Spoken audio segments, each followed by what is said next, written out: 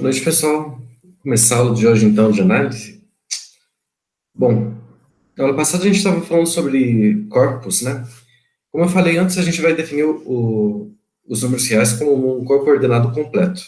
A gente já definiu o que é um corpo, hoje a gente vai definir o que é um corpo ordenado. Só que antes disso, a gente vai começar falando o que é um conjunto ordenado, tá? Depois a gente coloca o corpo na história de novo. Então, deixa eu apresentar aqui para vocês. Só um pouquinho.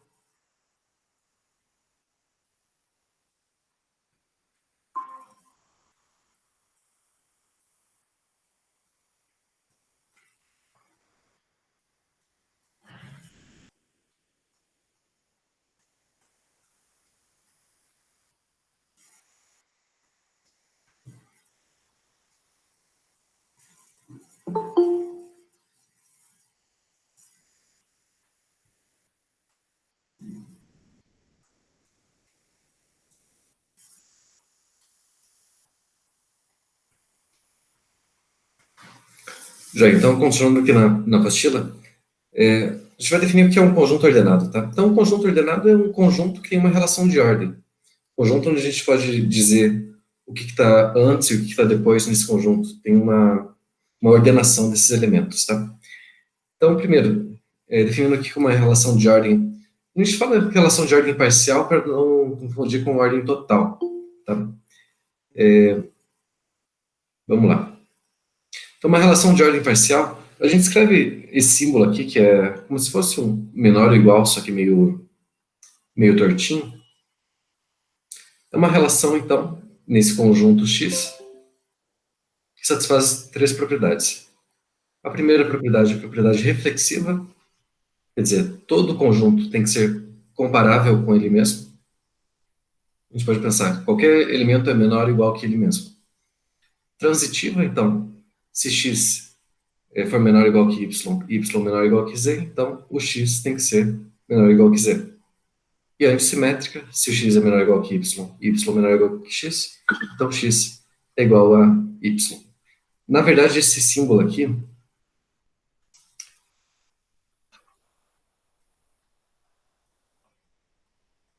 esse símbolo a gente lê como precede, tá? E este outro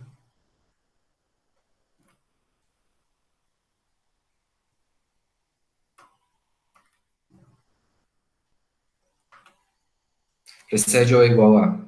Porque a gente não está falando necessariamente de números aí nesse conjunto, né? Não sei se é menor ou igual. Pode ser que a gente esteja falando de uma lista de presença, por exemplo. Como é que a gente ordena uma lista de presença? Por exemplo, se eu pego vários nomes aí, por exemplo, quem está na sala aqui. Olha, tem o Hamilton, Andrei, Dani, Fernanda, Yasmin. Como é que a gente está ordenando essa lista? Por exemplo, deixa eu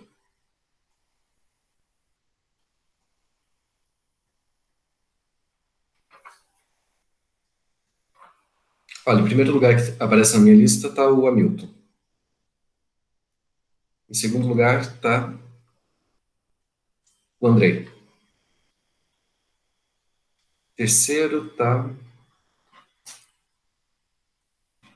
Está escrito como Casa Smack, eu não sei quem é. Deixa eu pular para o próximo então. O próximo está Dane.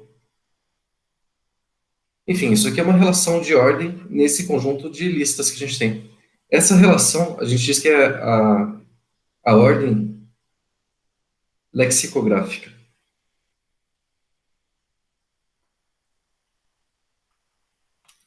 Lexicográfica quer dizer a ordem do dicionário, tá?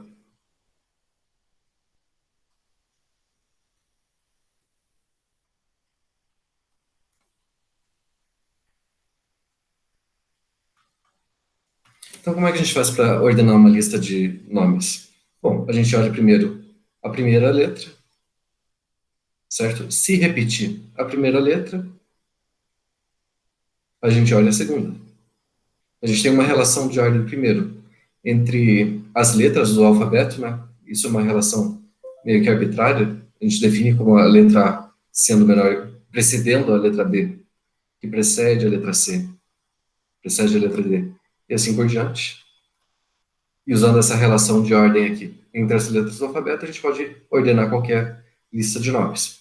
Então, a gente começa vendo a primeira letra dos nomes.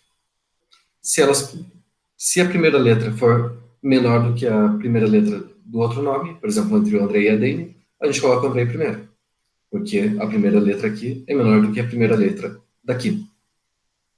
Se as primeiras letras forem iguais, a gente olha a segunda letra. Se a segunda letra for igual também, a gente olha a terceira e assim por diante. Tá? Se todas as letras forem iguais, quer dizer que os nomes são iguais, né? Então não vai ter uma relação de ordem possível aí entre eles dois. Eles são o mesmo nome.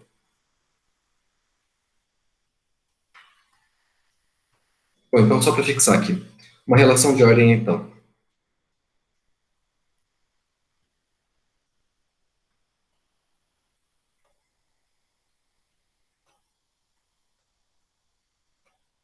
O conjunto X.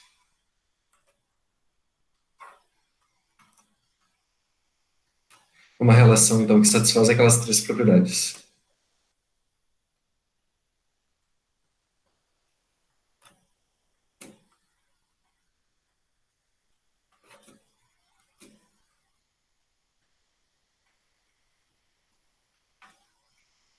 Quais são essas três propriedades? Primeira, é reflexiva.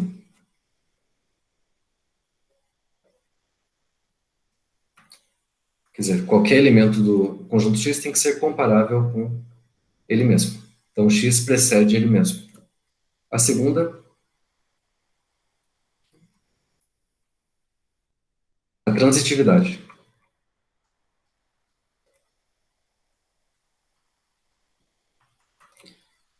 Quer dizer, se eu tenho um elemento X que precede o elemento Y e um Y que precede o Z, a gente tem que o X precede o Z. A gente pode pensar como se fosse uma reta, né?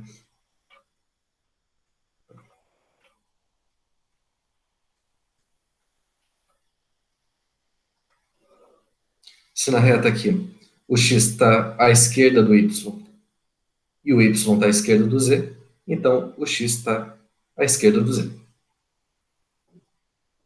Opa, essa é a propriedade 2. E a propriedade 3 que é a antissimétrica, né? Se vocês se lembrarem, a propriedade simétrica seria alguma coisa do tipo, se o X precede o Y e o Y... Opa. Se o X precede o Y, então o Y precede o Z, o X. Essa seria a assimétrica, né? Então, se vale de um lado, tem que valer do outro. Não é isso que a gente quer. A gente quer a antissimétrica. Não pode acontecer as duas coisas ao mesmo tempo. Se acontecer isso e isso ao mesmo tempo, o x tem que ser igual ao y. Tá?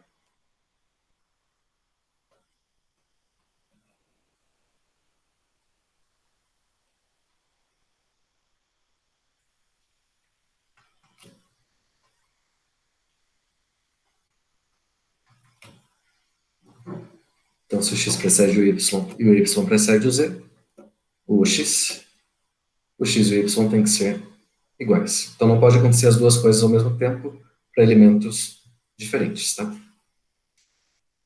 Eu poderia pensar numa relação de ordem, por exemplo... Bom, vamos ver uns exemplos aí antes, para ficar mais claro, tá?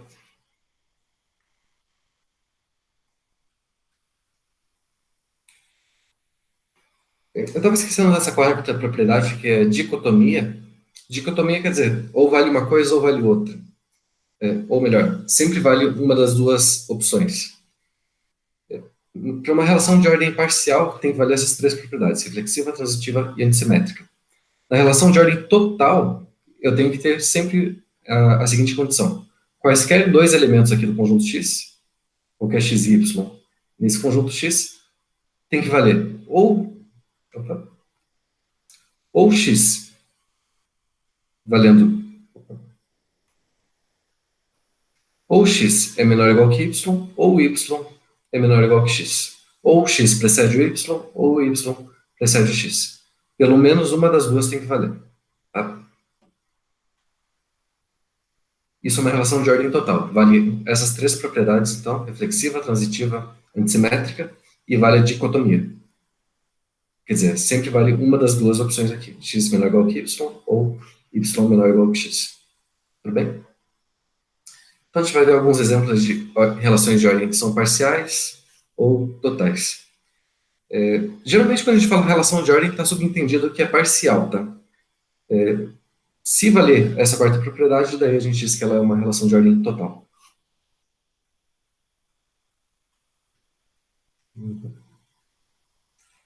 Bom, a primeira relação de ordem meio óbvia para a gente é a relação de menor ou igual, né? Se a gente pensar nos números naturais,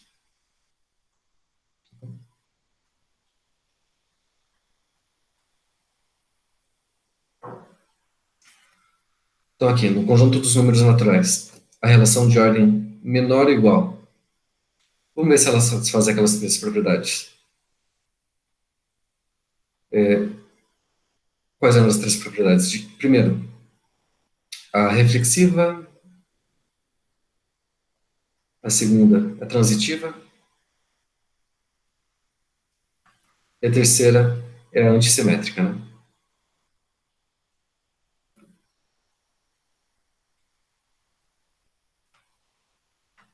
Primeiro, a relação de menor ou igual, ela é reflexiva? Se eu pegar aqui um número natural qualquer, eu posso dizer que ele é sempre menor ou igual que ele mesmo? Posso, né? Porque qualquer número é igual a ele mesmo, então, em particular, ele é menor ou igual.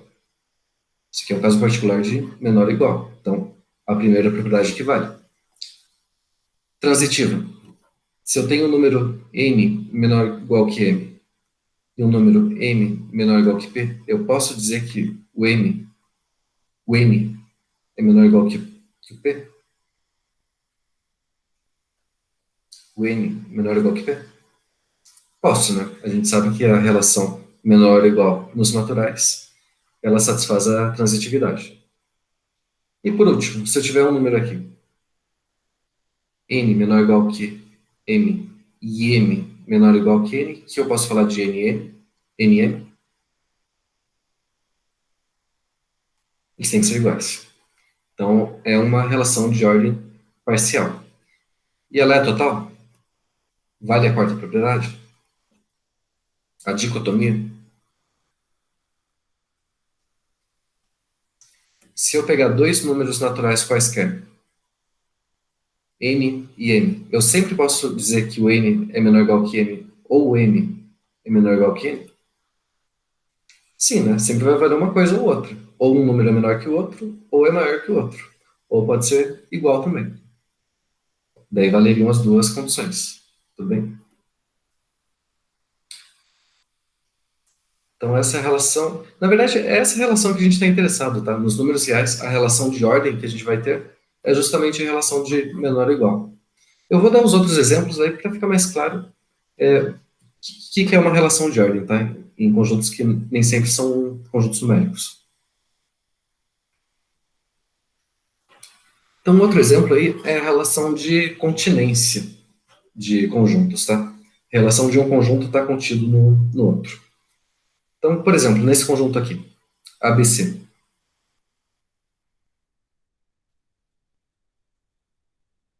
Chamar esse conjunto X com três elementos, A, B e C. E nesse conjunto a gente vai definir uma relação de ordem também, tá? Na verdade, não é nesse conjunto, é no conjunto das partes dele. No conjunto de todos os subconjuntos de X. Quais são esses subconjuntos? O vazio, o conjunto que só tem o elemento A, o conjunto que só tem o elemento B, o conjunto que só tem o elemento C. Então, esses são os subconjuntos de um elemento, né? Agora os com dois. AB,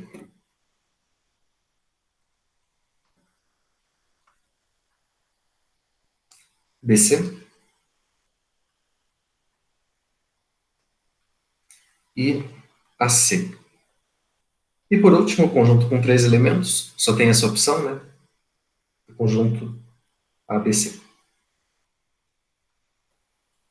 Então, olha, nesse conjunto aqui das partes de X, a gente vai definir a relação de continência. Bom, a gente não vai definir, né? A gente vai considerar essa relação de um conjunto que está contido no outro. Então, por exemplo, eu sei que o conjunto vazio está contido em todos os outros conjuntos, né? Então, eu vou fazer um desenho aqui para representar essa relação. Assim, olha, o subconjunto vazio, ele é o que está contido em qualquer conjunto. Então, eu vou deixar ele aqui embaixo. E um conjunto que contém o conjunto vazio, eu vou deixar em cima dele, tá? Por exemplo, o conjunto A, ele contém o vazio. Vou deixar como se fosse uma flechinha aqui, indicando o conjunto A. Outro que contém o vazio é o conjunto B. Outro que contém o vazio é o conjunto C. Agora, pensando no A, quais conjuntos desses contém o conjunto A? Por exemplo, pensando em dois elementos por enquanto, tá? Eu sei que esse conjunto AB contém e o AC contém também, né? Então, vou colocar assim: o AB ele contém o conjunto A e o AC também.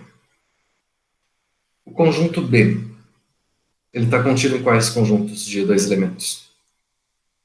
No AB, por exemplo, né? Então, esse conjunto está contido nesse. E no BC também. BC, eu não escrevi ele ainda, tá aqui. O B está contido aqui. E o C, ele está contido no AC e no BC, né? Está contido aqui e está contido aqui. Agora faltou só o de três elementos, o ABC. Vou deixar ele aqui. Então, sei que o AB está contido no ABC e o AC no ABC, o BC no ABC também. Então, olha, pensando nessa relação de um conjunto estar contido no outro, vamos ver se valem aquelas três propriedades, tá? A reflexiva, a transitiva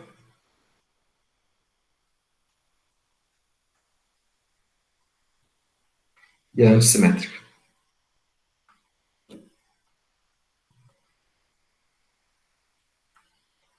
Bom, reflexiva. Eu posso dizer que um conjunto sempre está contido nele mesmo? Posso, né? Está contido ou igual. Tem que lembrar que dizer que um conjunto está contido, ou melhor, dizer que um conjunto é igual ao outro, quer dizer que o conjunto está contido no outro e o outro está contido no primeiro conjunto, né? Essa é a definição de igualdade de conjuntos. Então, se um conjunto é igual ao outro, eu sempre posso dizer que ele está contido nele mesmo. Então, essa primeira propriedade, ela é válida. A transitiva. Por exemplo, o conjunto A, ele está contido no conjunto AB. O AB, ele está contido no conjunto ABC. Eu posso dizer que o A está contido no ABC? Posso, né? O A é um subconjunto do ABC. Qualquer outra relação que eu pegar aqui vai valer também. O C está contido no BC, o BC no ABC, então eu posso concluir que o C é um subconjunto do ABC. Então, se o X for um subconjunto de Y e o Y um subconjunto de Z, a gente pode concluir que o X está contido ou igual ao Z. Então, a transitiva, ok também. Antissimétrica. Se um conjunto está contido em outro, contido igual, e esse conjunto Y está contido igual ao X, que a gente pode falar dos conjuntos X e Y, são iguais, né? Essa é a definição de igualdade de conjunto. E é justamente a definição da propriedade antissimétrica. Então, essa terceira propriedade vale também. Então, essa relação de um conjunto estar contido no outro é uma relação de ordem parcial nesse subconjunto aqui, o conjunto das partes de X, tá? E ela é uma relação de ordem total ou não? Alguém tem uma ideia aí? Vale a dicotomia?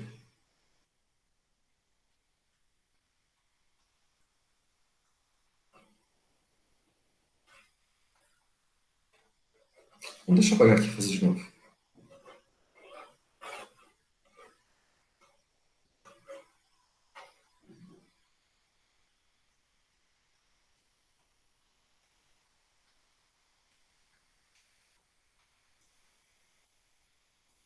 Lembrando aqui, o que diz a dicotomia?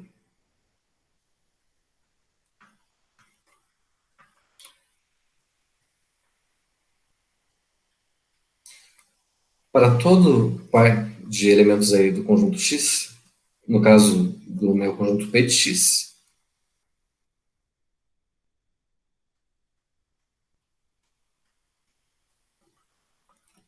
a gente teria que ter ou o X contido em Y, ou o Y contido em X. Isso é verdade? Nesse conjunto aqui?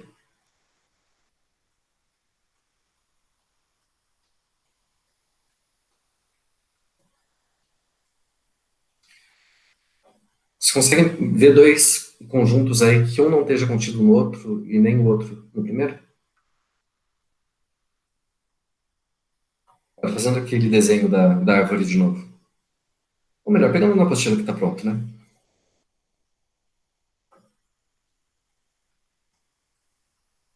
Por exemplo, se a gente pegar aqui o conjunto, esses dois conjuntos aqui,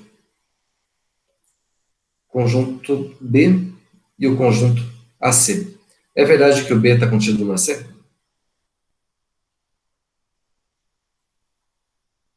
Claro que não, né? Porque tem um elemento B aqui que não está aqui. Então, isso não acontece. E é verdade que o AC está contido no conjunto B? Também não. Tem elementos aqui que não estão aqui. Então, não vale nenhuma coisa nem outra. Dá para ver que não tem nenhuma flecha ligando aqui o B com o AC, né? Então, essa relação de continência é uma relação de ordem parcial, mas não é total. Não é relação de ordem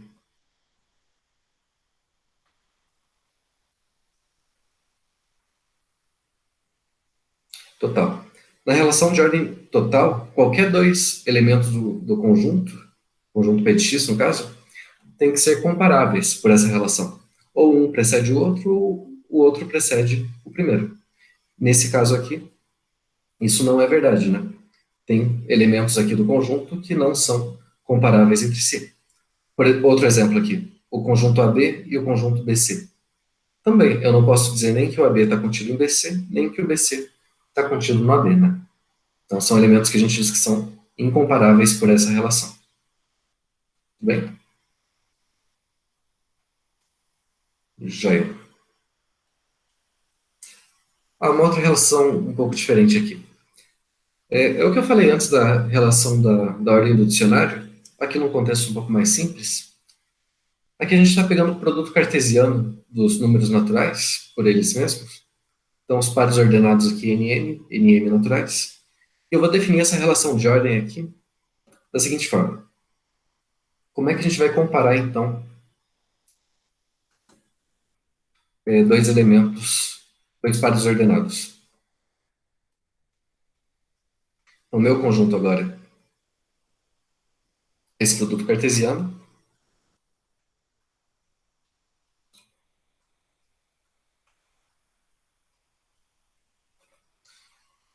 Como é que eu vou comparar dois pares, digamos, N1? N1 dizer que isso é menor ou igual, ou precede o elemento N2, M2. Bom, a gente vai dizer que isso aqui é menor ou igual que isso, se e somente se acontece o seguinte. Ou esse primeiro elemento é menor que esse, o N1 é menor que N2,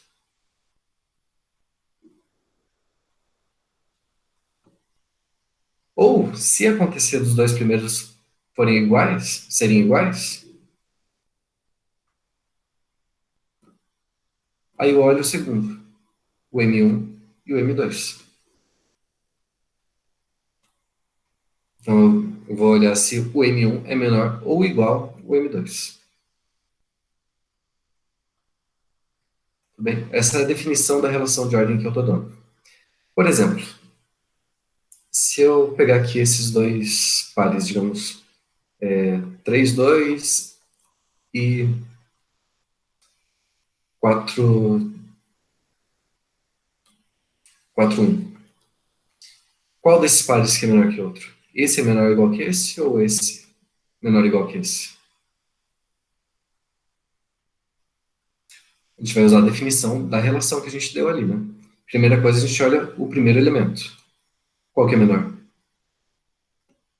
Esse daqui, da esquerda, né? Se o primeiro já é menor do que esse, então acabou. A gente nem precisa olhar o segundo. Agora, se fosse assim, digamos 5 e 10 e 5 e 6. Bom, olhando o primeiro elemento, aí são iguais, né? Então a gente não pode dizer ainda qual que é menor e qual que é maior. Então a gente tem que olhar a segunda coordenada. Na segunda, o 10 é maior que o 6, então esse par aqui vai ser maior ou igual que esse. A mesma coisa da ordem do dicionário, por isso que eu falei de ordem lexicográfica aí, tá? É, se a gente fosse ordenar aqui, de novo, Hamilton, Andrei e Adem.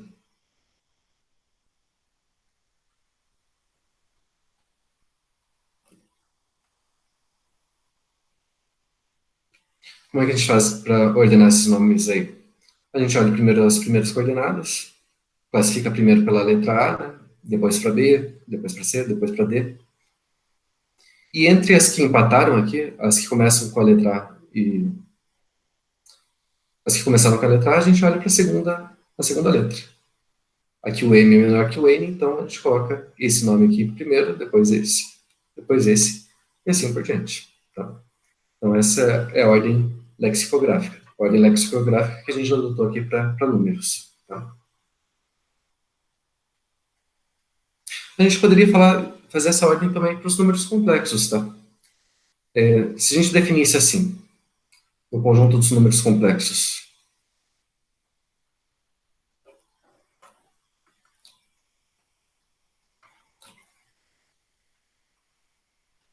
Bom, só lembrando aqui, o conjunto dos números complexos são os números do tipo A mais BI, com I aqui, é B reais, e o eu ao quadrado, aquela unidade imaginária, que a gente sabe que o quadrado é menos um. Como é que a gente pode definir uma relação de ordem aí nesse conjunto? Dizer que um número complexo A mais BI é menor ou igual que um número C mais DI. A gente pode fazer do mesmo jeito que fez antes, usando a ordem lexicográfica. A gente pode começar olhando a parte real aqui, assim então. A gente vai dizer que A mais BI é menor ou igual que C mais DI, se acontece, primeiro, da parte real do primeiro ser menor do que a do segundo, ou as partes reais são iguais, daí a gente olha a parte imaginária. A parte real é igual, daí olha a parte imaginária, se o B for menor ou igual que o D. É uma forma de ordenar, então, os números complexos.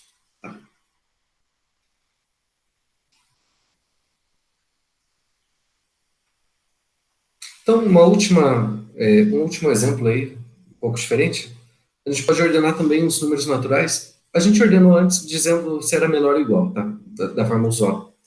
Outra forma seria usando os divisores. Ordenar da seguinte forma: a gente vai dizer que o A precede o B, ou é menor ou igual que B, se ele for um divisor do B. Então, se a gente pegar assim,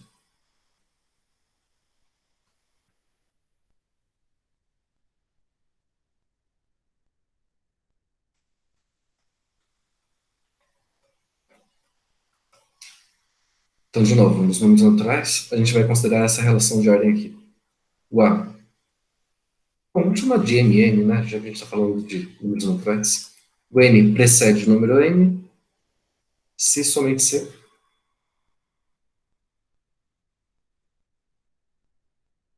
o N for um divisor do M.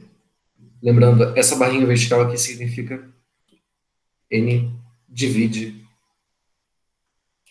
M. Tá? Isso é uma relação de ordem? Lembrando da definição aqui. Ela tem que ser reflexiva, transitiva e antissimétrica.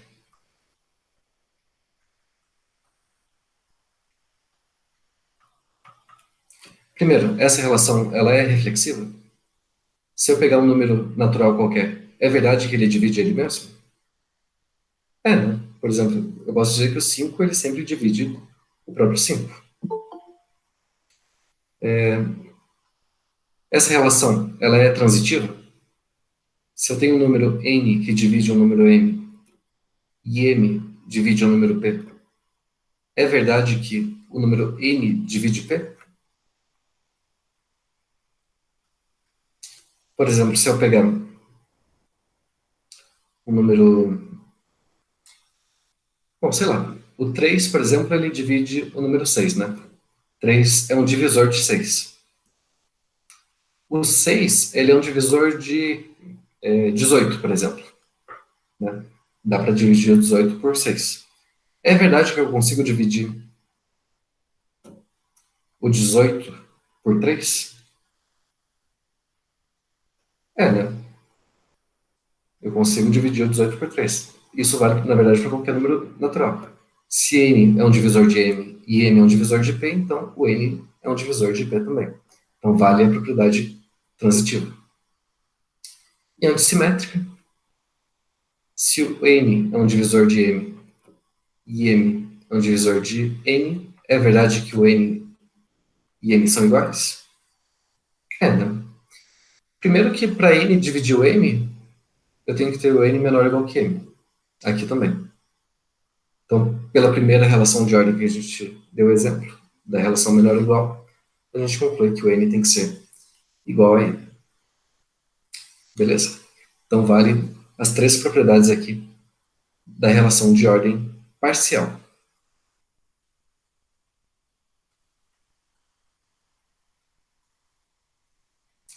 E essa relação de ordem é total ou não? Eu sempre posso dizer que um número divide o outro, ou vice-versa? Vale a dicotomia?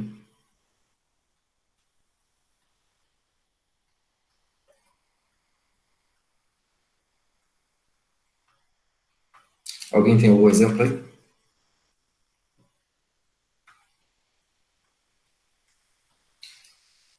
Olha, se eu pegar, por exemplo, os números, sei lá, 3 e 5. O 3, ele é um divisor de 5? Não é, né? O 3 não dá para dividir o 5 por 3 e ter um resultado exato. Então, o 3 não divide o 5. E o contrário, o 5 divide o 3? Também não. Então, não vale nenhuma coisa nem outra. Então, o 3 e o 5 são elementos que não são comparáveis por essa relação de ordem. Tá? Então, 3 e 5 são incomparáveis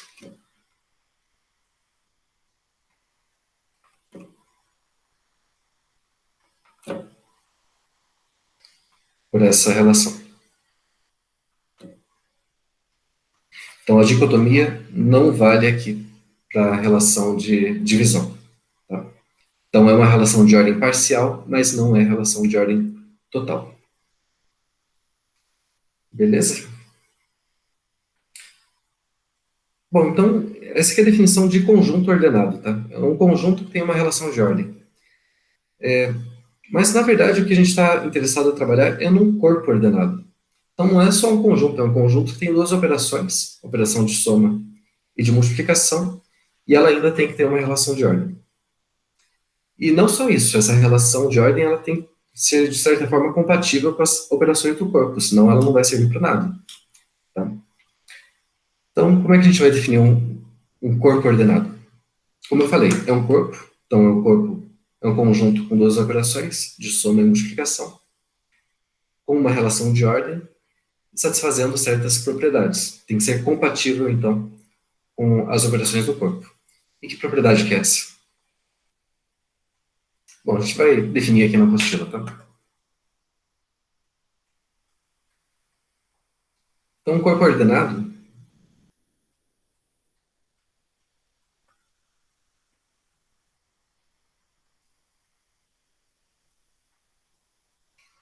um corpo ordenado, então, ele é um conjunto com duas operações, soma e multiplicação, que tornam esse conjunto um corpo, certo? Satisfazendo aquelas 9 propriedades que a gente viu nas aulas passadas.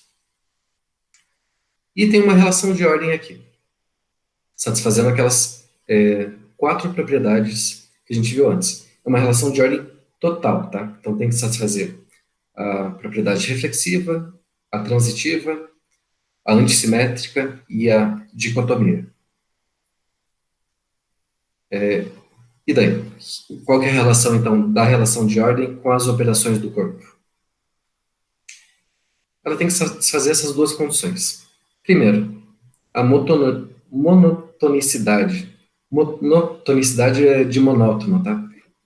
Lembrando, o que é uma função monótona? Ou ela é crescente ou decrescente, né? Então tem que manter a ordem aí das coisas, num certo sentido. O que significa? Dizer que essa relação de ordem é monótona em relação às operações do corpo quer dizer que se eu tiver um elemento A,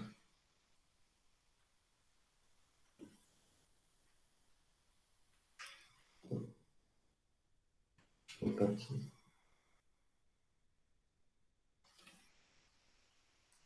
A que precede o número B, eu estou falando número, mas não é número, tá? O corpo ele pode ser um conjunto de outras coisas também que não sejam números. Mas eu vou falar número porque é o que a gente está interessado no final das contas, né? Trabalhar com números reais. Em vez de ficar falando que A precede o B, eu vou falar que é menor ou igual e acabou, porque é a relação de menor ou igual também que a gente está interessado, né? Então, quais as propriedades que tem que satisfazer esse corpo ordenado? Se eu tiver dois elementos aqui, A e B, com A menor ou igual que B, e eu vou somar um elemento C do corpo dos dois lados,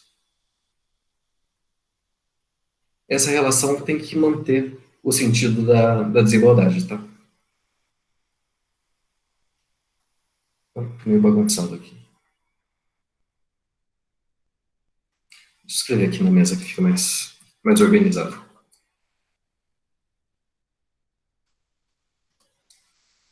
Vamos definir direito isso aqui. Então, um corpo ordenado,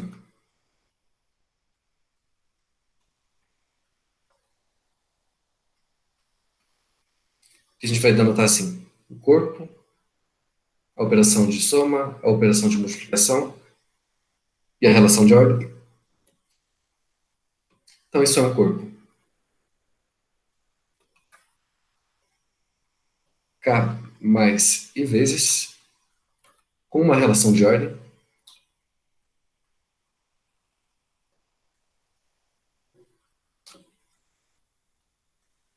relação de ordem total.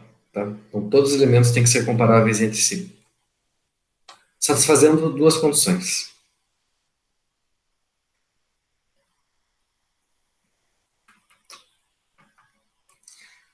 Então, primeira condição, se eu tiver dois elementos aí, A e B, um menor que o outro, e um C qualquer, o que a gente tem? A hora que eu somar o C dos dois lados da desigualdade, a desigualdade tem que se manter. Então, A mais C tem que ser menor ou igual que B mais C. Ok? E a segunda propriedade? Se o E for o elemento neutro da soma, se o E for o zero, tá?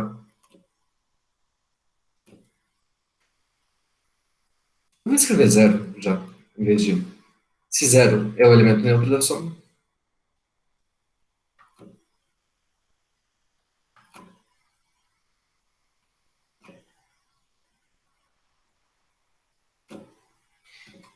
e eu tenho um elemento A maior ou igual que zero e B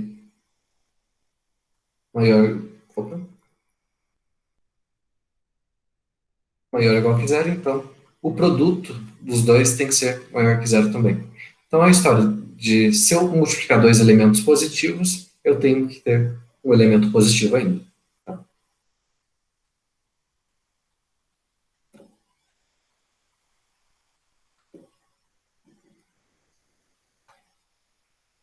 Então, olha, essa primeira propriedade ela me dá uma relação entre a relação de ordem e a operação de soma. E essa segunda me dá uma relação entre a relação de ordem e a operação de multiplicação. Tá? É isso que quer dizer a relação de ordem ser compatível com as operações. Ela satisfaz essas duas condições aqui.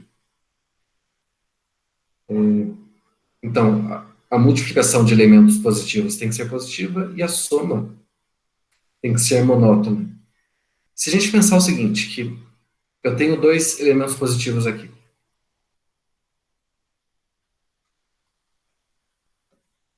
A maior que zero e B maior que zero, o que vai acontecer com a soma destes elementos?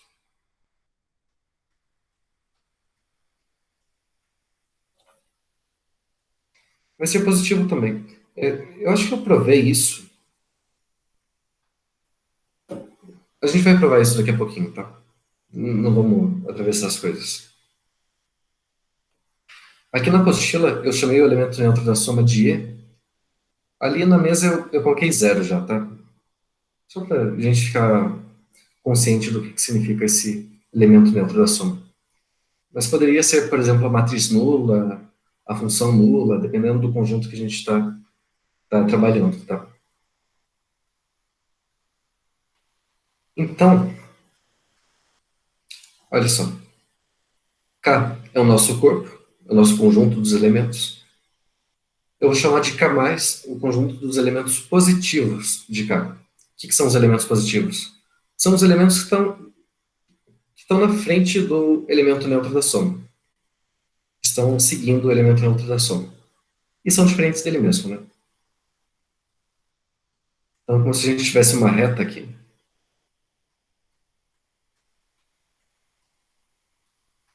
Como se a gente tivesse uma reta. Aqui está o elemento neutro da soma, que eu estou chamando de E na apostila, ou vocês podem pensar que é o número zero. Os elementos positivos são os que estão na frente do zero, estão à direita aqui. Tá? E os elementos negativos são os que estão à esquerda do elemento neutro.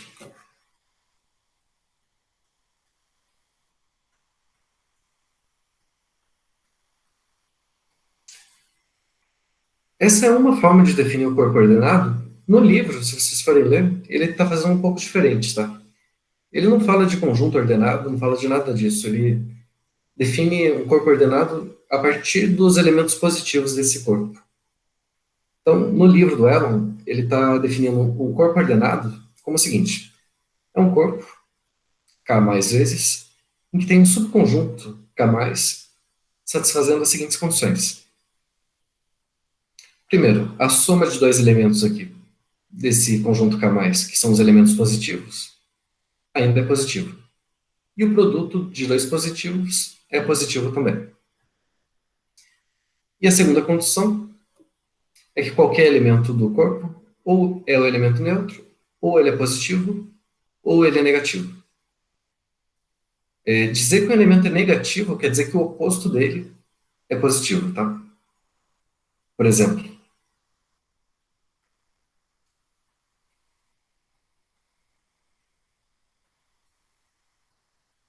tá, pensando na relação de ordem normal dos números reais, um é positivo porque ele é maior que zero. E o menos um, ele é negativo porque, se eu pegar o oposto dele, o oposto de menos um, a gente viu que é um, a regra dos sinais, né? Que é um elemento positivo. Então, quando o oposto do número é positivo, a gente diz que esse número é negativo. Beleza? Então, escrevendo dessa forma, a gente pode decompor aqui esse conjunto K como o conjunto dos elementos positivos com os negativos com o elemento neutro da soma.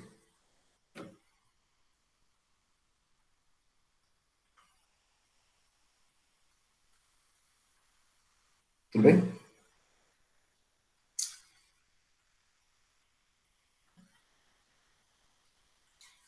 Olha, para dar um exemplo aqui, no conjunto dos números racionais, por exemplo.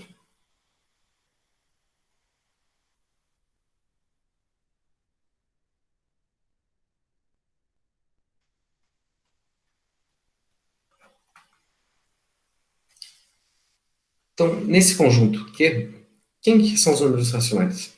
Bom, são as frações aqui da forma P sobre Q, com P e Q inteiros e o Q diferente de zero, né? A gente não pode dividir por zero. Quem que vai ser meu subconjunto dos racionais positivos?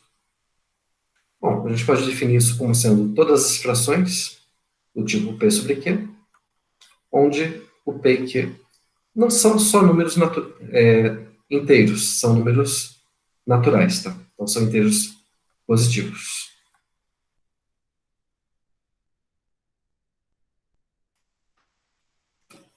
Então, esse é o nosso conjunto Q+, os racionais positivos, e o Q-, os racionais negativos, seriam os racionais tais que o oposto dele é um racional positivo.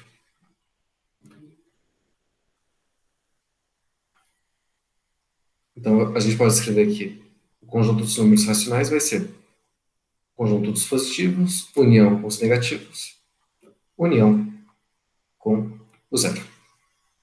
Tudo bem?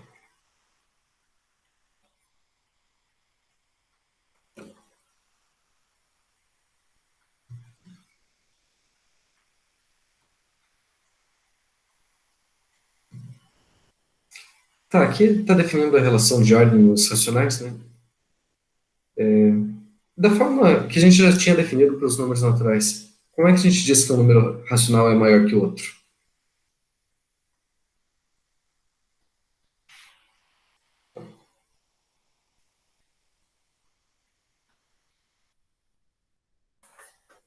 Significa dizer que uma fração aqui, P sobre Q, é menor ou igual que uma fração do tipo R sobre S. Lembrando lá nos números naturais, o que significa dizer que o número natural N é menor que o número M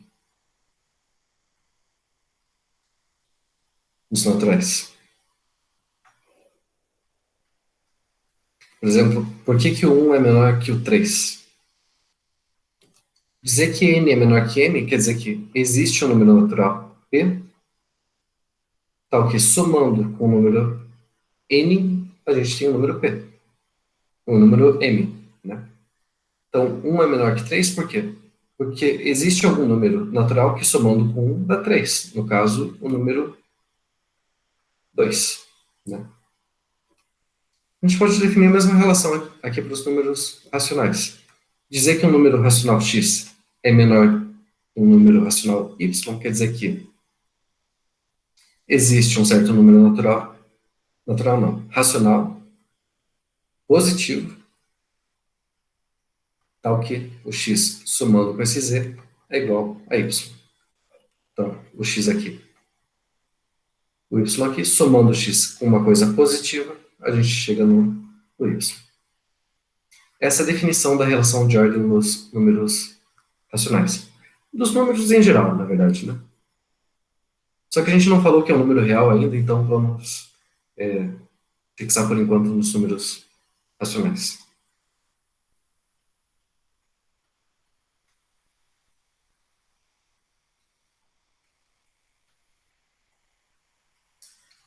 Aqui está um exemplo bobo também de corpo. É um corpo que só tem um elemento, né? Acho que eu já falei disso na aula passada. Então, se eu pensar num corpo aqui, tem só o zero, por exemplo, a gente define a operação de soma e multiplicação da maneira óbvia, né? Zero mais zero é zero, e zero vezes zero é zero. Ainda mais que não teria como ser diferente resultado. Não tem nenhum outro elemento nesse corpo aí. Então, nesse corpo K, a gente pode considerar a relação de igualdade. Tá? E isso vai ser uma relação de ordem total nesse corpo. Qualquer elemento do conjunto só tem o zero. pode ser comparado com ele mesmo. A gente verifica que essa relação ela é transitiva, é antissimétrica, é reflexiva, enfim, e satisfaz aquelas condições de ser compatível com as operações do corpo. Tá? Quais eram aquelas condições? Primeiro, que a soma de elementos mantém o sinal da desigualdade, né, da relação. Então, como zero é menor ou igual que zero, somando zero aqui dos dois lados, a desigualdade se mantém. E o produto de números positivos, né, ou não negativos, também mantém o sinal da desigualdade. Aqui não teria nem como ser diferente, né, porque é tudo zero. Então tanto faz, né, na verdade, a relação que a gente está considerando aí.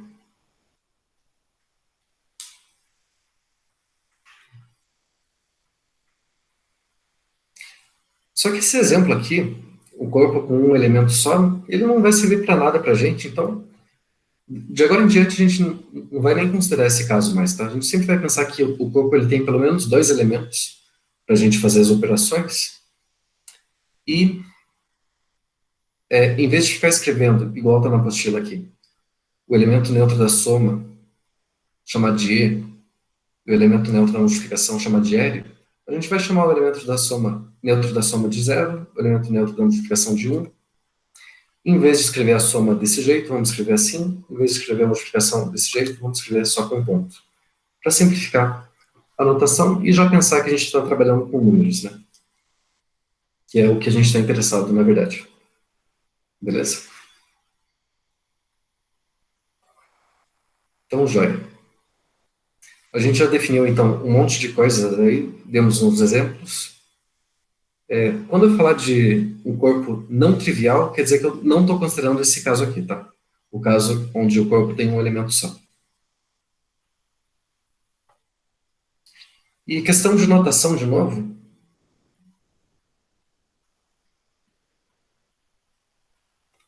a gente vai escrever que um elemento é menor do que o outro quando ele for menor ou igual, mas for diferente. Por que eu não defini a relação de menor antes de menor ou igual? Porque na relação de ordem a gente tem que ter a propriedade reflexiva, né? Se eu considerasse a relação menor, ela não satisfaz essa propriedade. Eu não posso dizer, por exemplo, que o 3 é menor que ele mesmo. Não satisfaz essa condição. Eu posso dizer que o 3 é menor ou igual que ele mesmo. Então, eu fiz isso para garantir a propriedade reflexiva da relação de ordem. Tá? Então, como é que a gente define o estritamente menor? É o que é menor ou igual, mas é diferente. Parece meio redundante aí, né? Mas é assim que a gente pode definir de maneira formal. Então, joia. Lá, quando a gente falou de corpo, a gente provou várias propriedades aritméticas, né? Que o zero vezes qualquer número dá zero, a regra dos sinais e assim por diante. Agora, com a relação de ordem, a gente consegue provar mais algumas coisas de um corpo ordenado de forma geral. Primeira coisa, num corpo ordenado, a gente sempre tem que o quadrado de qualquer elemento é um elemento positivo. Então, se eu tiver um corpo ordenado K e um elemento dele diferente de zero, diferente do elemento neutro da soma, então o quadrado desse elemento, quando eu falo do quadrado, quer dizer que é o elemento multiplicado por ele mesmo. Tá? Isso é sempre um elemento positivo. Ok?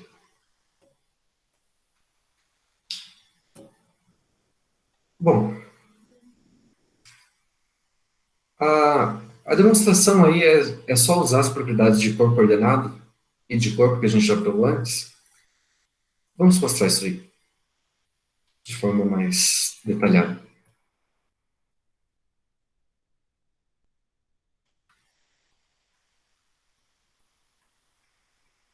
Só repetindo aqui a posição.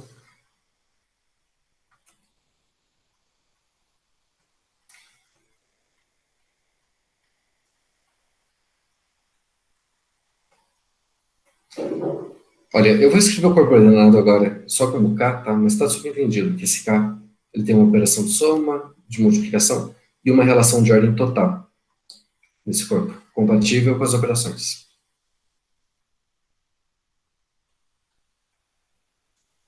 Então, para todo elemento nesse corpo, diferente de zero, diferente do elemento neutro da soma, a gente tem o quadrado dele, que por definição é esse elemento multiplicado por ele mesmo,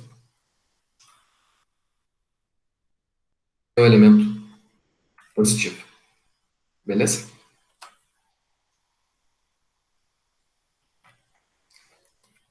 Boa demonstração disso daí. Primeiro, a gente sabe que o corpo a gente consegue decompor ele em três partes, né? Os elementos positivos, com os elementos negativos, com o zero. Eu já estou falando que ele é diferente de zero, então essa parte aqui a gente já pode descartar. Então, se eu estou pegando um elemento qualquer do corpo, ou ele é positivo ou ele é negativo, certo? Vamos considerar dois casos aí, então.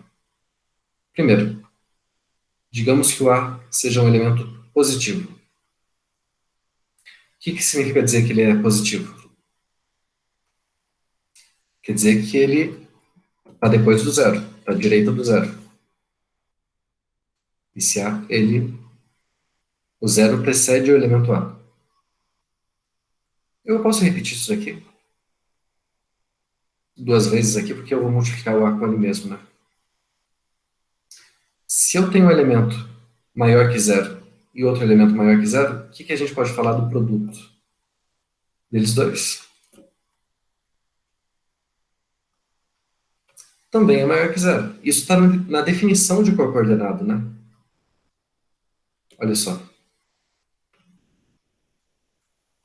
Ali na definição,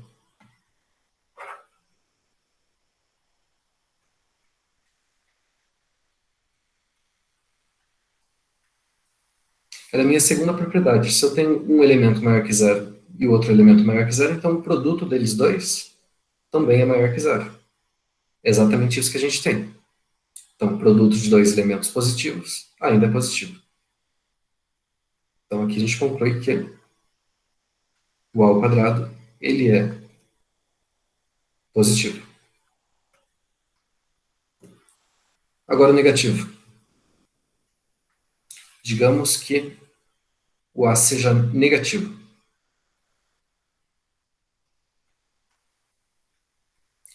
O que significa dizer que um elemento é negativo? Quer dizer que o oposto dele é positivo, certo?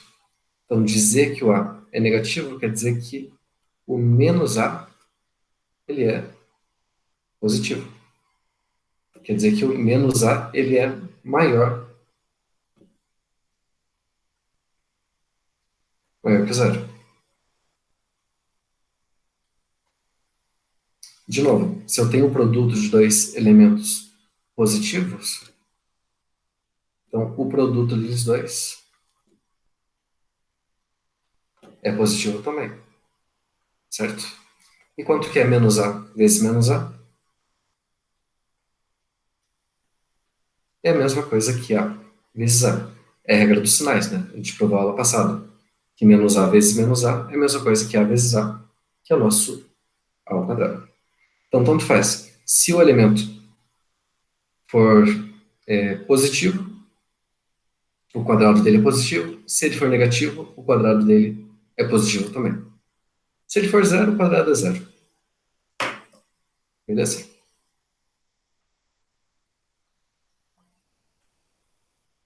Então, aí está a nossa provinha.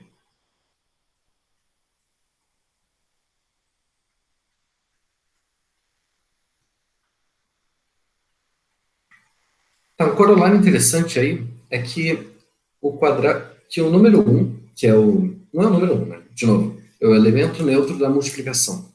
ele sempre é um elemento positivo no corpo ordenado. Por quê? Bom, primeiro, eu estou falando que é um corpo não trivial, quer dizer que não é um elemento de um formado por um elemento só. Então não tem só o zero, tá?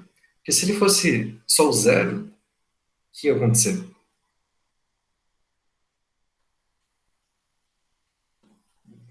Olha, se esse corpo tivesse só um elemento, só o número zero, eu não teria como escrever esse corpo aqui como K mais, união K menos, união zero, né?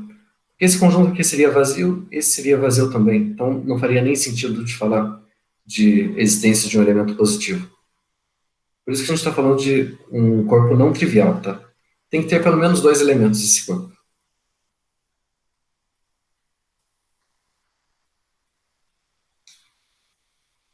Então, estou falando, qualquer corpo ordenado não trivial, o um é um elemento positivo.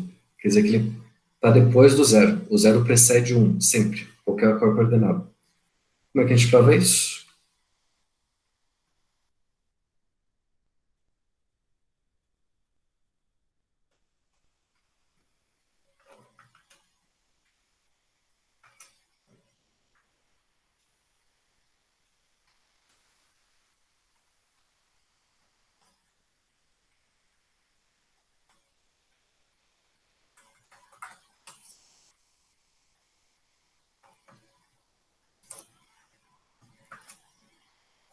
Tá, então, vamos mostrar que o 1 é sempre positivo no corpo ordenado.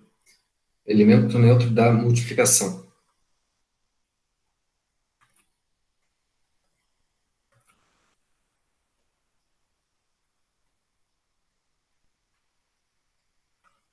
Na verdade, a demonstração é meio óbvia, tá? Isso que não é nem um teorema, é um corolário do teorema anterior.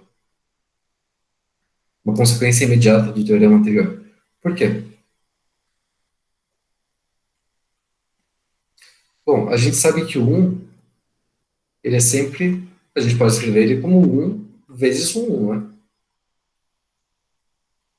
Ele é elemento neutro da multiplicação, então multiplicando ele por 1, vai dar 1. Isso é 1 ao quadrado, que pelo teorema anterior é um número maior que zero. Então é isso. Acabou. O 1 é sempre positivo, porque ele é o quadrado de algum número. Claro, tem um problema aqui porque a gente não mostrou que o 1 ele é diferente de zero, né? Se lembrar aqui, no, na proposição, no teorema anterior, a gente pediu que ele fosse diferente de zero. O que garante que o zero é diferente de um num corpo em geral? Não pode acontecer do elemento neutro da soma e da multiplicação seriam os mesmos? Então, na verdade, a gente teria que provar antes que o zero é diferente de um, tá? Vamos mostrar isso. Pensando em números reais, é óbvio que o zero é diferente de um, né? Mas num corpo em geral, poderia ser. Nada garante que não seja. Então, vamos ver. É, Se a gente supor por absurdo que o 1 e o zero são o mesmo elemento neutro da soma e da multiplicação, então para todo x nesse corpo a gente tem o seguinte: o x é 1 vezes x, porque é um elemento neutro da multiplicação, teria que ser a mesma coisa que zero vezes x, porque o zero e o 1 eu estou supondo que é a mesma coisa, mas zero vezes qualquer coisa, a gente mostrou na aula passada já que dá zero. Então, o que a gente está falando aqui?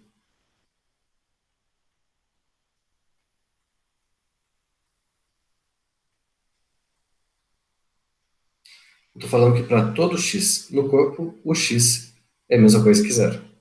Quer dizer que esse corpo ele só tem o elemento zero. Ele não pode ter só o zero, né? Porque eu falei que esse corpo é não trivial. Ele tem mais de um elemento. Então aqui teria uma contradição. Ok? Então isso mostra que o 1 e o zero eles não podem ser a mesma coisa num corpo não trivial.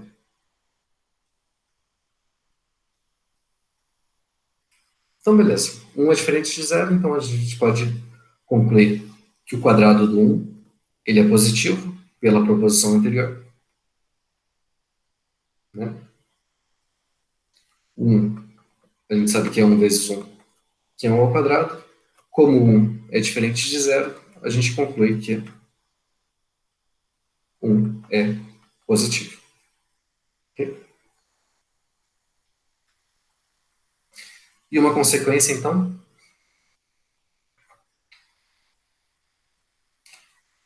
como 1 é positivo, o menos 1 ele é negativo, certo?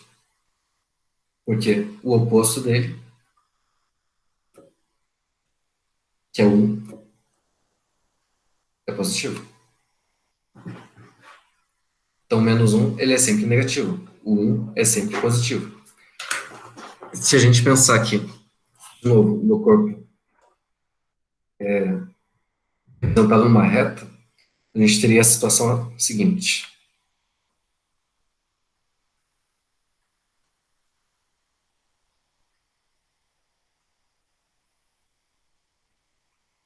Em qualquer corpo ordenado não trivial, a gente tem o seguinte. Se eu colocar o zero aqui, o 1 é sempre positivo, então sempre vai estar à direita do zero. O menos 1 é sempre negativo, então ele sempre vai estar à esquerda do zero. Ok?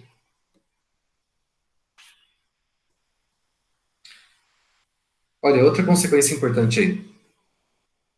Se a gente tiver um corpo ordenado não trivial, não existe nenhum elemento no K tal que o quadrado dele seja menos 1. Ok? Por quê? Porque o quadrado de qualquer elemento do corpo ele é sempre positivo. O menos 1, a gente sabe que ele é negativo. Por que o menos 1 é negativo? Porque o oposto dele, que é o 1, ele é positivo. Essa é a definição de elemento negativo. Né?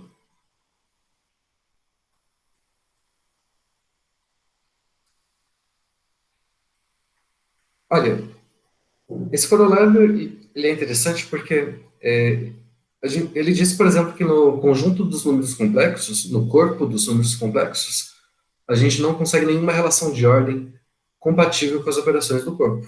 Tá? Deixa eu escrever isso aqui.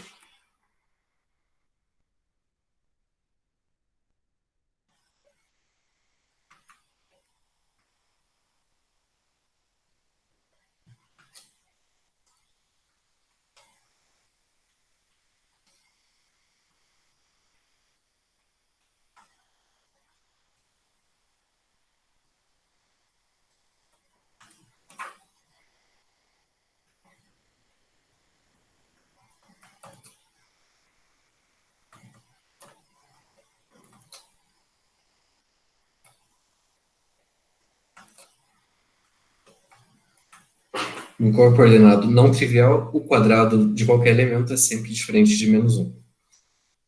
Então, corolário do corolário, né?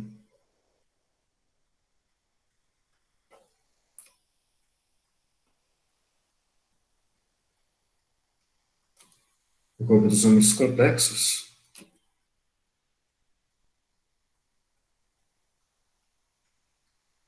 não existe nenhuma relação de ordem compatível com as operações.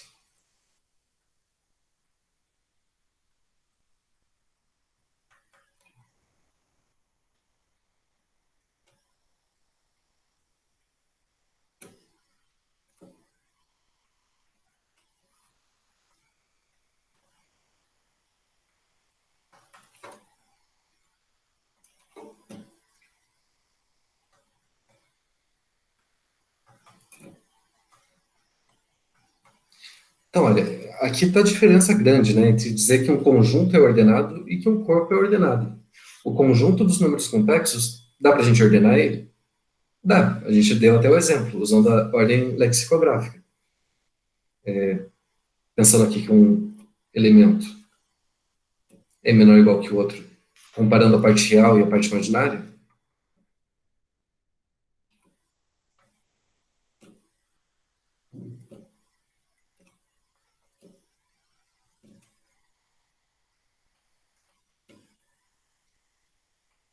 Isso é uma relação de ordem no conjunto dos números complexos, mas não no corpo. Por quê? Porque essa relação ela não é compatível com as operações. Por que não é compatível? O que significa dizer que ela é compatível com as operações? Quer dizer que ela satisfaz aquelas duas condições, que o produto de dois elementos positivos é positivo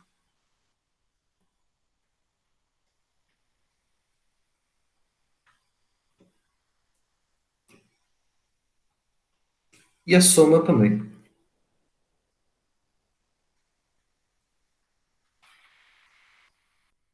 Bom, a soma, na verdade, é um pouco diferente. Se o x é menor que y e...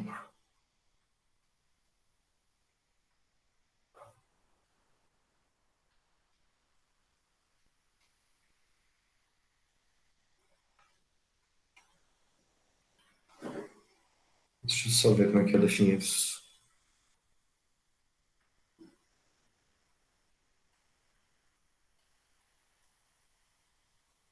Ah, tá. Se x é menor ou igual que y, então para todo z no corpo,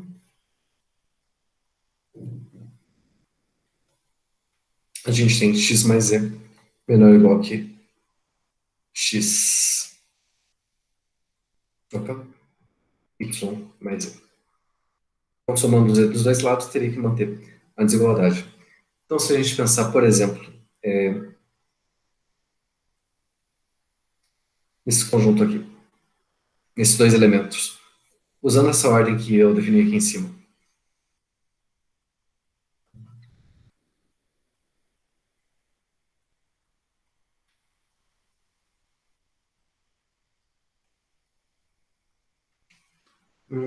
digamos, o elemento i e o 2i. Eu posso dizer que o zero é menor que o i nessa relação de ordem aqui? Eu posso pelo seguinte, olha, escrever outra cor.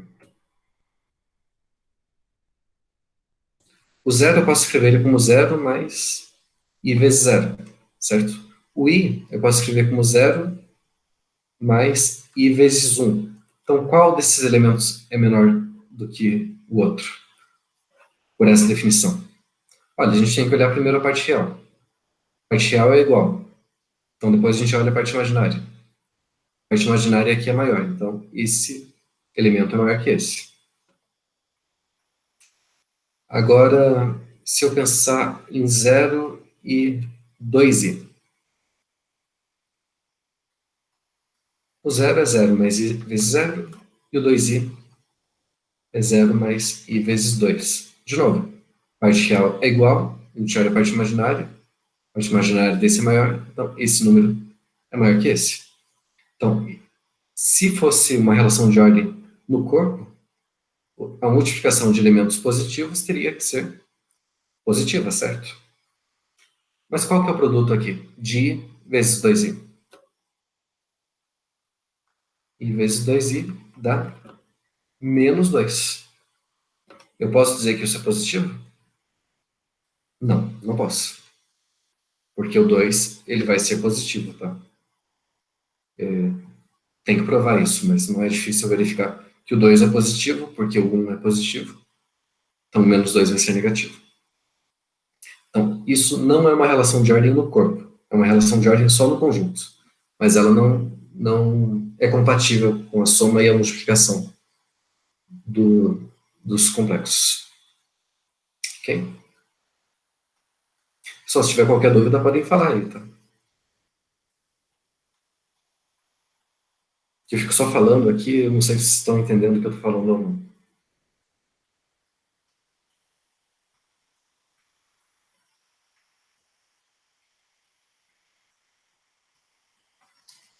Então, beleza, a gente provou que o 1 é positivo em qualquer corpo, que o quadrado de qualquer elemento não pode ser menos 1. E como eu disse, no corpo dos números complexos, a gente não tem nenhuma relação de ordem compatível com as operações do corpo. Bom, a gente vai provar agora a desigualdade de Bernoulli. A gente vai provar agora porque ela vale em qualquer corpo ordenado, tá? Ela vai ser útil depois, quando a gente estiver estudando sequências, por exemplo, para mostrar que certas sequências são crescentes ou decrescentes. Ela é útil porque ela permite, em vez da gente, quando a gente estiver estudando potências, a gente pode transformar, olhar em vez de potências, olhar produtos, tá? Para verificar se a sequência é crescente ou não. Essa aqui é uma desigualdade que a gente prova por indução, tá? Então, o que ela diz? Eu tenho um corpo ordenado K, um elemento x maior ou igual que menos um e n é um número natural. Então, 1 mais x elevado a n é sempre maior ou igual que n vezes x. Vou ver isso daqui.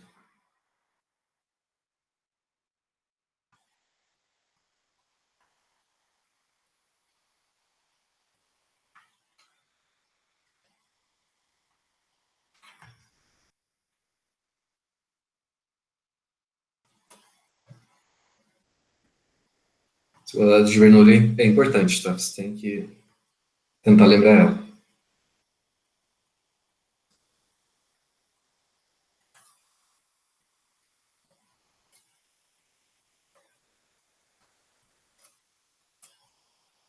Então, K é um corpo ordenado e eu vou pegar um elemento desse corpo maior ou igual que menos um. Só reforçando, o que é menos um? É o oposto do elemento neutro da multiplicação do corpo.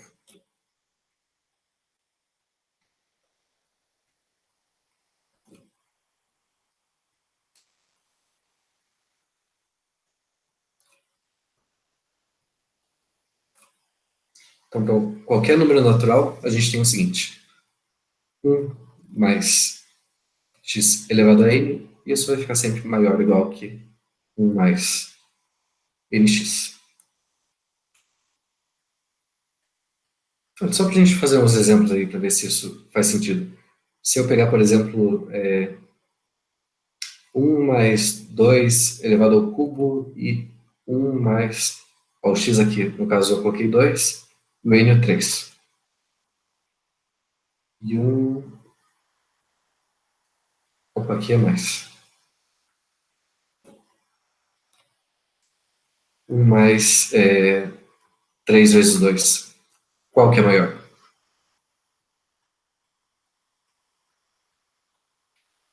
Aqui a gente teria 3 ao cubo, que dá 27. E aqui 6, 7, né? Então, realmente a multiplicação aqui vai ficar menor do que essa potência, esse expoente. Se a gente trocar aqui por, sei lá, 1 mais 4 ao quadrado, e aqui 1 mais 2 vezes 4. De novo, aqui vai ficar 5 ao quadrado, que dá 25, e aqui 8, 9, né? Então aqui ficou menor, aqui ficou menor também. Então a gente vai provar que essa desigualdade ela vale em geral. Sempre a potência aqui vai ficar maior do que esse produto. Para x maior que menos 1 e o n natural. É uma prova por indução, do jeito que a gente está acostumado a fazer já.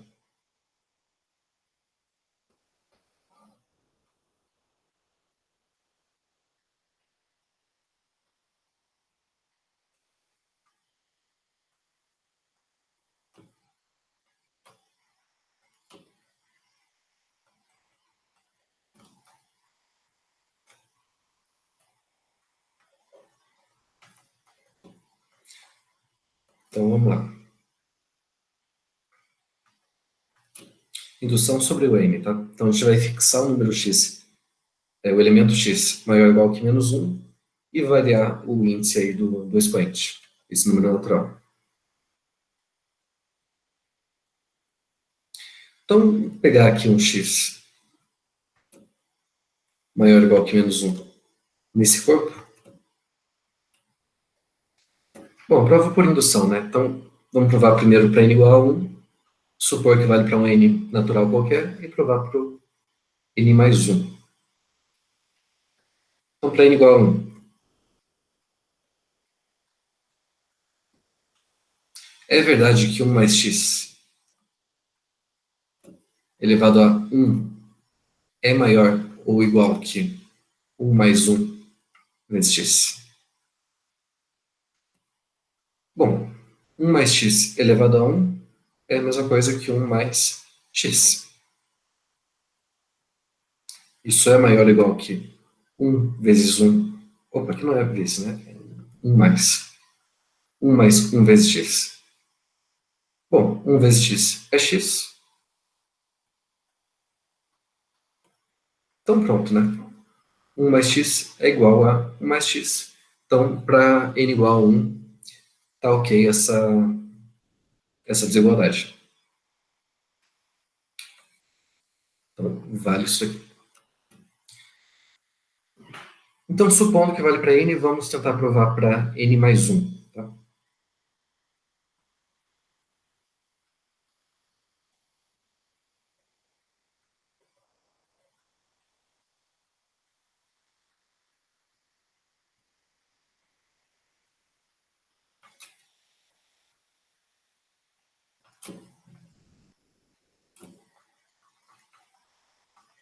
Então, supondo que ela vale para n, a gente tem o seguinte. 1 mais x elevado a n é maior ou igual que 1 mais nx. A gente quer provar que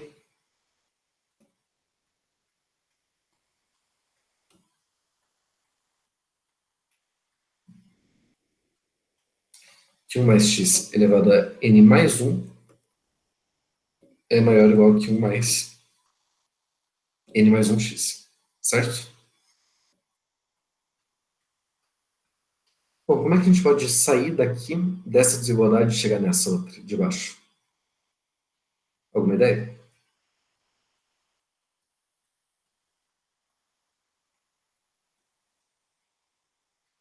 Olha, estou saindo daqui. Mais x elevado a n e 1 mais nx. Bom, a gente tem que usar as hipóteses que a gente tem no teorema, certo? Qual que é a minha hipótese aqui? Minha hipótese é que o x ele é maior ou igual que menos 1, certo? Então, se o x é maior ou igual que menos 1, quando eu somar o 1 dos dois lados aqui,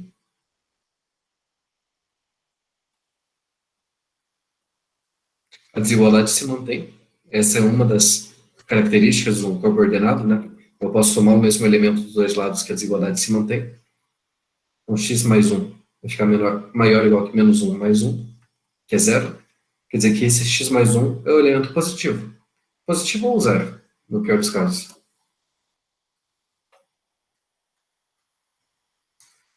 Então, vamos lá.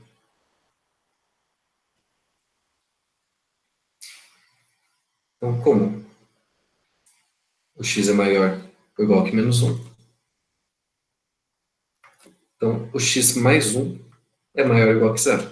Então, é um elemento positivo ou zero. E quando eu tenho um elemento positivo, eu posso multiplicar dos dois lados da desigualdade, né? Que a desigualdade se mantém.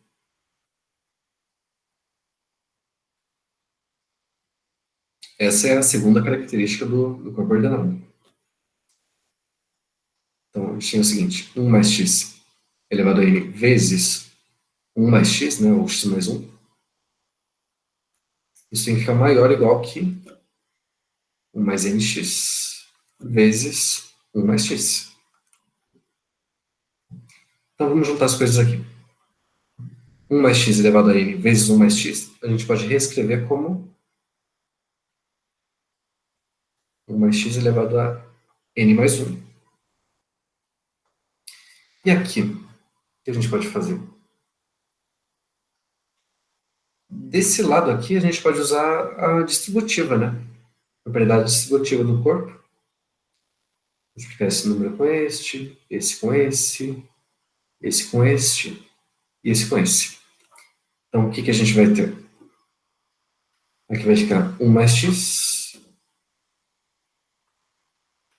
Aqui, nx mais nx ao quadrado.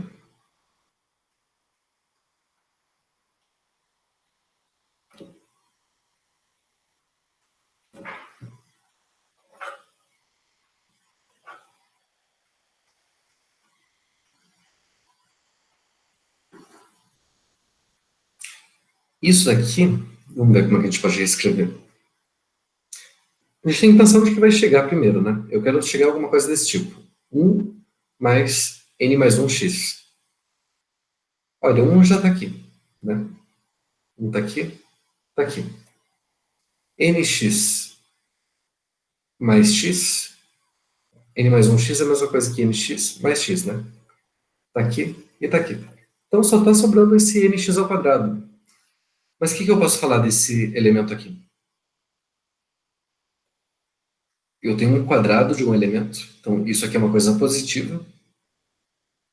O n vezes alguma coisa positiva, quer dizer que eu estou somando várias coisas positivas n vezes, certo? Então eu tenho, de novo, um elemento positivo do meu corpo. Então eu posso dizer que essa soma aqui, ela vai ser maior ou igual que isso daqui. Porque eu tenho uma coisa positiva somando, né? Se eu tirar ela, eu vou ter uma coisa menor. Ou no pior dos casos, igual. Pode ser que o x seja zero, né? Beleza, e pronto. Isso daqui a gente pode reescrever como n mais 1 vezes x, que era o que a gente queria.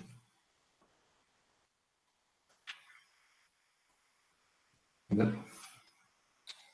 Justamente onde a gente queria chegar aí. Então, essa é a demonstração da desigualdade de Bernoulli. Por enquanto, a gente não vai usar muito ela. Quando chegar na parte de séries, a gente vai de sequências. Ela vai ser útil para mostrar algumas desigualdades, tá? Então, a ideia é que a potência ela é maior do que o produto. Então, a potência por N é maior que o produto se essa coisa aqui for uma coisa positiva.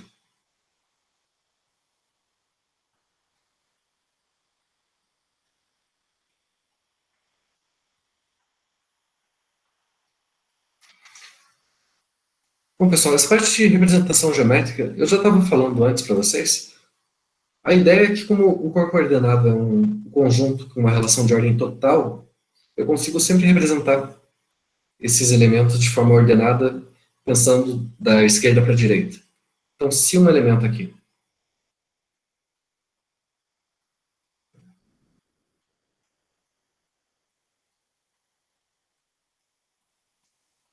se um elemento x ele precede o elemento y, a gente vai escrever isso como representando x à esquerda do elemento y numa reta.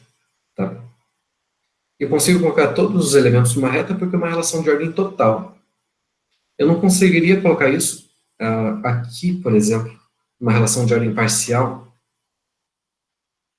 igual lá nos conjuntos, que a gente tinha uma arvorezinha. Aqui, por exemplo. Essa relação eu não consigo representar numa reta, né? Tem elementos que não são comparáveis entre si. Se eu fosse colocar numa reta, por exemplo,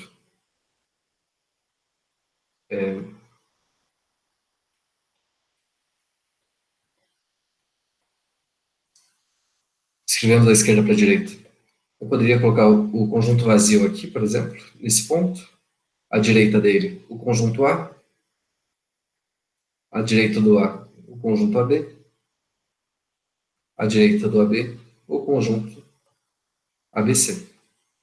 Mas aí, onde é que eu colocaria o conjunto B, por exemplo? Será que ele ficaria depois do A, antes do A, enfim?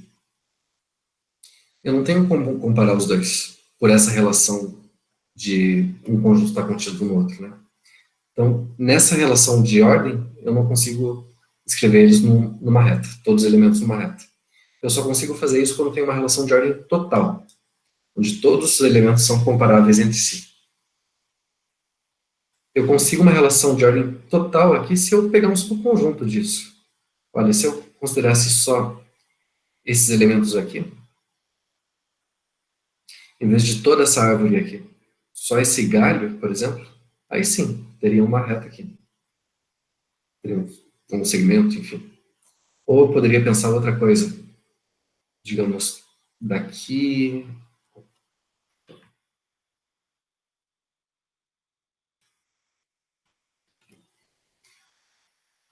alguma coisa assim, por exemplo. Aqui teria uma outra relação de ordem total nesse conjunto. Tá? Mas aí eu teria que excluir esses outros elementos aí. Tá?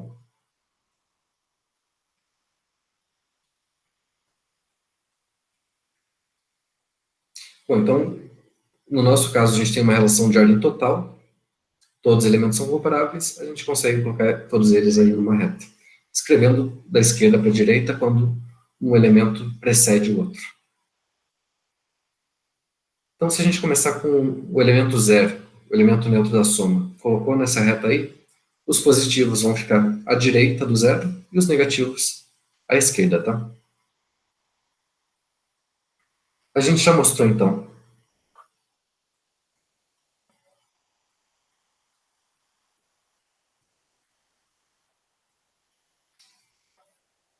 pensando no corpo ordenado, voltando aqui.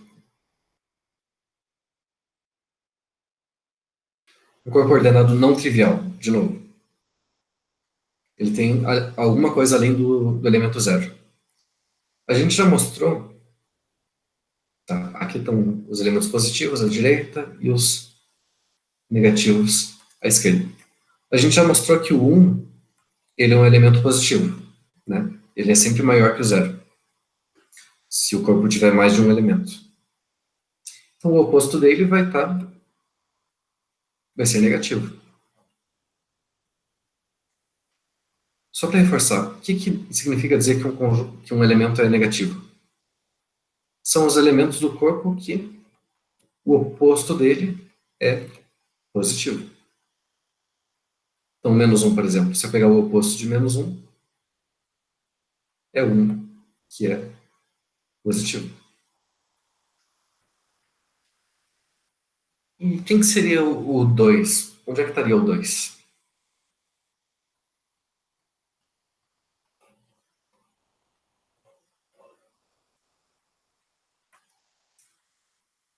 Olha, o 2 ele é o 1 somado com 1. O elemento neutro da multiplicação somado com o elemento neutro da multiplicação, tá?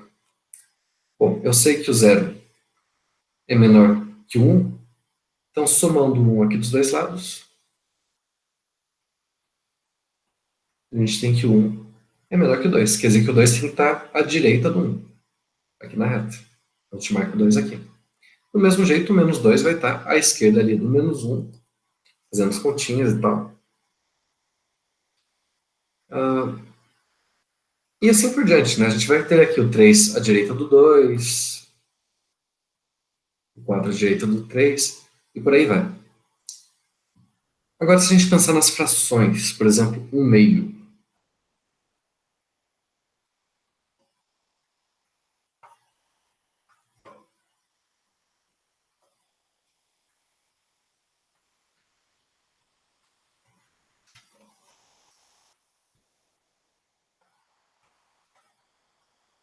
Um meio. O que é um meio? Um meio é o elemento inverso do 2. Tá? A gente consegue mostrar primeiro que esse elemento é um elemento positivo. Eu vou deixar isso daí como exercício para vocês, tá? Dá para fazer por absurdo aí, supor que ele é negativo e tentar chegar numa contradição. Então, assumindo que ele é positivo, o que a gente tem? Bom, a gente já sabe que 1 é menor ou igual que 2. Se multiplicar por positivo dos dois lados da desigualdade, ela se mantém, né? Então eu posso multiplicar aqui por 1 meio dos dois lados.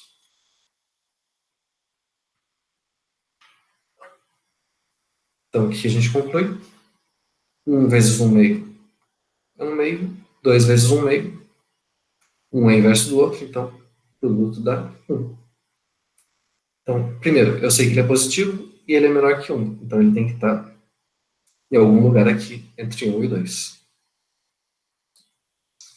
E por aí vai. Desse jeito a gente consegue colocar como se fosse uma cópia dos números racionais dentro dessa reta aí, tá? Dentro desse corpo. Então, qualquer corpo ordenado que não seja trivial, a gente consegue representar como se fosse uma reta. Ok?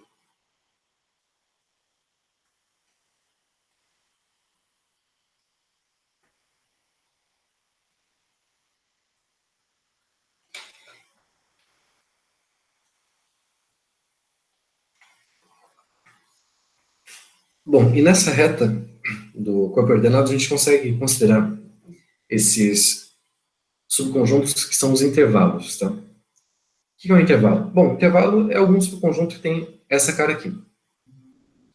Posso pensar nos intervalos tanto limitados, aqui, AB, fechado em A, fechado em B, aberto em A, aberto em B, fechado só um dos lados, tá?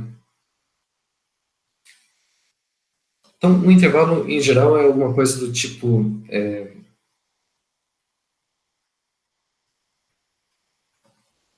são todos os elementos que estão entre um certo elemento A e um certo elemento B. Pode acontecer de eu pedir que ele seja menor ou igual de um dos dois lados. Pode acontecer desse elemento A ou B serem mais infinito ou menos infinito, tá? Nesse caso, seria um intervalo ilimitado à direita ou ilimitado à esquerda. Ou pode ser que seja ilimitado os dois lados, a gente teria o corpo inteiro. Okay? É só uma notação que a gente está acostumado já para intervalos. Intervalo aberto, intervalo fechado, e por aí vai. Em qualquer corpo ordenado a gente consegue fazer isso.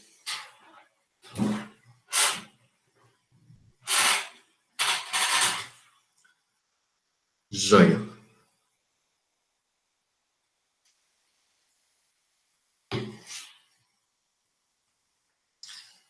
Pessoal, eu acho que eu falei demais já por hoje. Sei que está cedo ainda, mas vamos encerrar por aqui, tudo bem? Na aula passada a gente vai falar sobre módulo ou valor absoluto dos elementos. E logo a gente vai terminar então essa parte de corpo ordenado, provavelmente na próxima aula já. E aí começar com, com corpos ordenados completos. Então a última parte que falta para a gente definir números reais, que é a completude. Tudo bem? Então ficamos por aqui hoje e até sexta-feira, né? Até mais, gente.